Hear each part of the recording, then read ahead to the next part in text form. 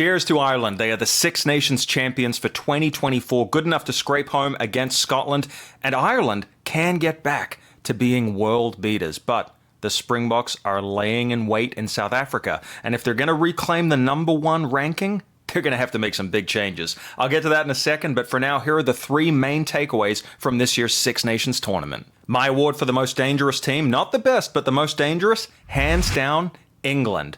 For patches during this tournament, they looked completely destructive, unstoppable even. If only they could string it together for 80 minutes at a time. What's the secret to this quasi-renaissance?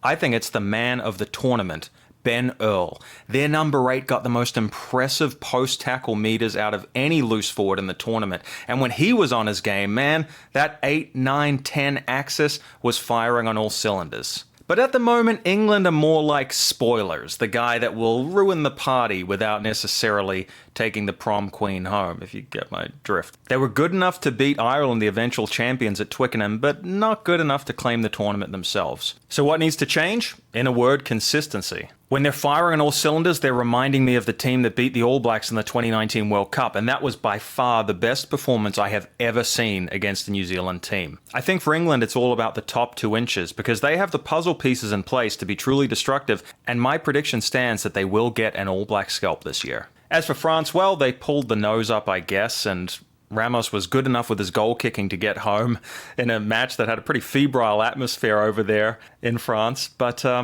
yeah, let's just chalk this up to a World Cup hangover for the French, who really underperformed. They got pumped by Ireland in the first game. They drew with Italy, which actually doesn't seem as bad now, considering what Italy went on to do. But look, France still have a monster forward pack. They still have a sharpshooter goal kicker. And with Dupont back, they're going to be a top 3 team for sure. But while we're on the topic of Italy, let's celebrate them. They were the biggest movers of this tournament. And it all comes down to one word: speed. Now, not just the backline speed. I mean, these guys have been playing like a well-oiled Ferrari for a while now. Ioane is just a magician. And his try today was majestic. No, the speed I'm talking about is at the breakdown. The loose forwards were phenomenal today against a totally insipid Welsh team. The Welsh were just run off the paddock at the breakdown. They could not keep up. And so Italy's ruck ball recycling was lightning fast. That is why the Azzurri have gone to the next level. It's been building for a while. I'll tell you what, they are late bloomers. What is it? 2 decades in the Six Nations, and finally they're playing to their potential. Well, long may it continue. They were probably the most fun team to watch in the whole tournament. And man, Viva Italia is all I can say.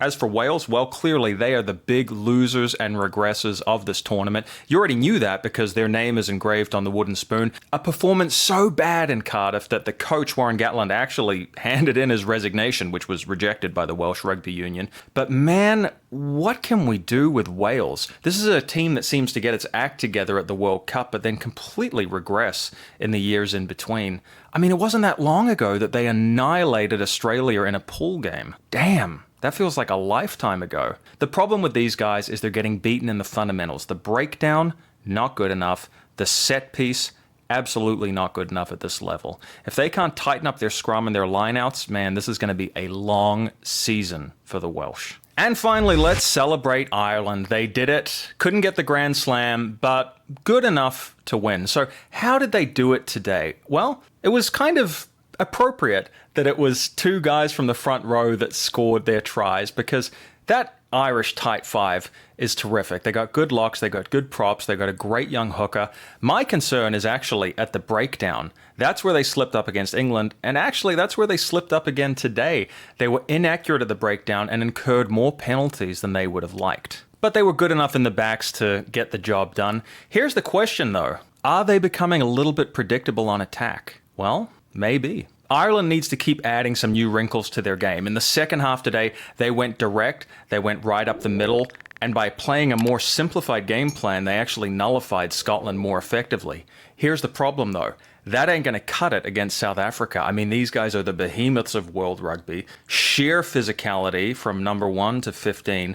I don't know that the direct route is going to get that kind of mileage over in South Africa. So what do Ireland need to do? They need to keep evolving their game. To a certain extent, they hit a black wall in the last World Cup, And that was the end of an era with Sexton pulling the strings and their multi-phase game plan that came to dominate world rugby for the last 5 or 6 years, breaking down. They need variety in their attack, but I think they can do it because they've got a terrific number 10, Jack Crowley, who plays nice and square. And they've also got Gibson Park, one of the premier halfbacks in the world, who really took over as a key playmaker for the men in green. If their halves combination is firing on all cylinders and they can clean up their work at the breakdown, they're definitely going to push the South Africans. But on this form, I don't think that the Springboks should be quaking in their boots. So what do you guys think? Is Ireland going to come away with a scalp or two in South Africa, or will they get repulsed by the current world champions? Comment below. Let me know your thoughts and let me know your favorite moment from the Six Nations this year. I'll catch you for another one real soon. Take it easy. Bye for now. Whoosh.